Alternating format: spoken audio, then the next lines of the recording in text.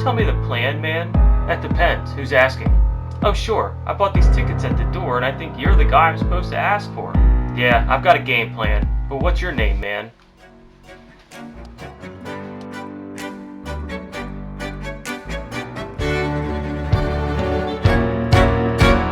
E.J. Blunt, and this is I'd Review That, and there's a million reviews I haven't done, but just you wait, just you wait.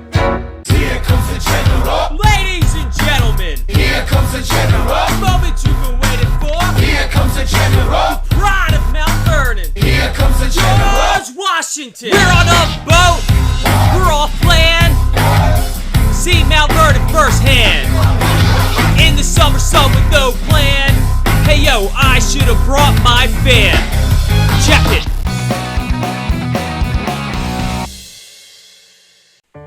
Now listen, Mount Vernon is a very picturesque estate that was my home, George Washington, for over 4 decades. It's situated high above the Potomac River on the Virginia side and is just south of Washington, D.C.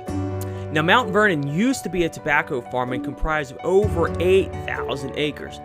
But today, in its current state, it's about 500 acres that houses, well, my house, my gardens, the Welcome Center, the Orientation Center, the Education Center, the gift shop, the museum, Forest Trail, Pioneer Farm, the wharf, and my tomb, and my tomb? Well, that's awkward. Can I be real a second? For just 1 millisecond? I cannot be everywhere at once, people. I'm in need of some dire assistance. Your Excellency, who are you? My name is E.J. Blunt. Who are you looking for? No one.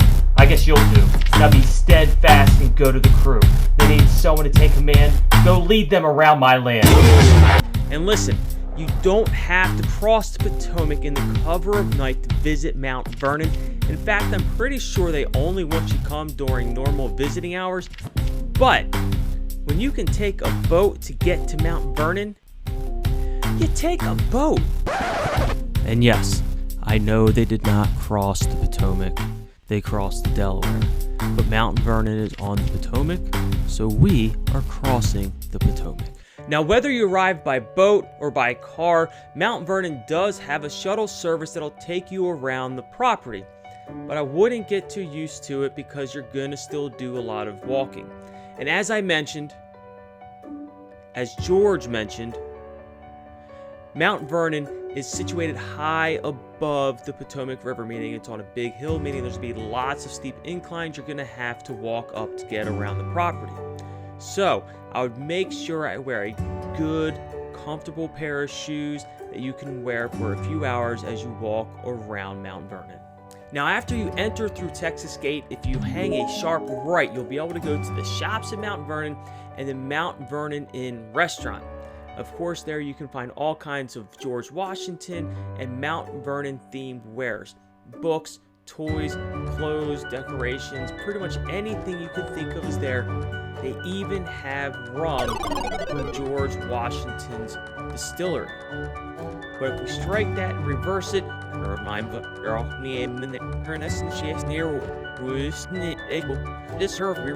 get into the Orientation Center and the main part of Mount Vernon. Alright, now back at Texas Gate, if we hang left, we'll get over to the Ford Orientation Center where you can purchase your tickets to get access to the estate and all the various pieces that are there. And as you go through the Ford Orientation Center, you'll be able to find a brief history of George Washington, his family, and their life here at Mount Vernon. Now, as you leave the Ford Orientation Center, you're going to walk through a quick little atrium that takes you to the main path that leads to George Washington's house. But before you get there, you're going to be met by the expansive bowling green that is flanked on either side by the upper and lower gardens.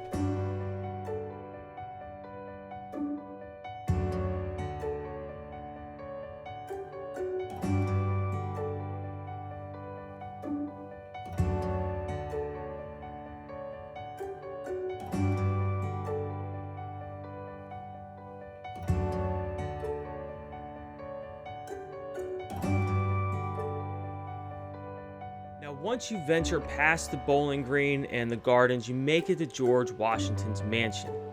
Now, the mansion was originally built in 1734, but George Washington didn't inherit it until 1761.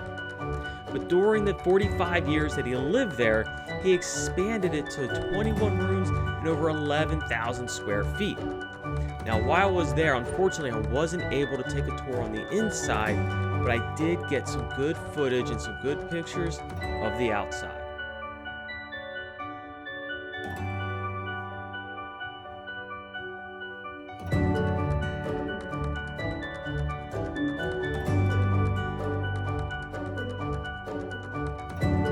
In addition to George Washington's mansion, there are almost 20 historic outbuildings that helped facilitate daily life at Mount Vernon.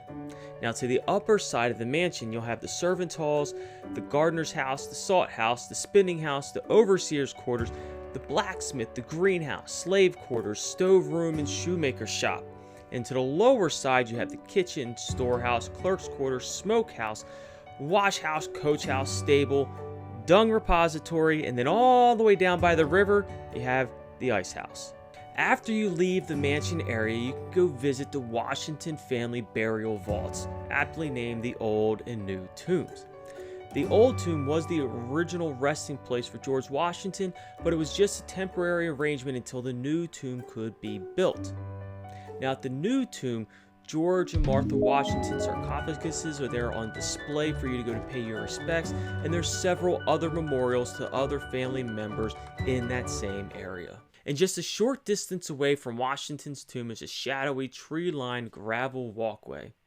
I cannot properly convey to you the somberness that comes over you as you walk down that shadowy path to the slave memorial.